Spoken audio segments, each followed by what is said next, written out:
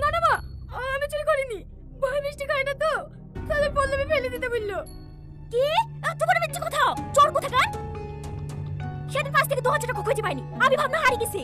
এখন যদি 6 টাকাটা তুই চুরি করিস, তোর মা এক চোর, চুরির অপরাধী বেশি করেছে, তাই তো মেয়ে তুই আমার কেমন হবে? দেখো, আমার মায়ের নাম অপমান দিল না। কিভাবে সময় জানায় বলে জন্ম চুরি করেছিল, মরে যায় মরে যায় মনে বলে ঘুরিয়ে দিয়েছে।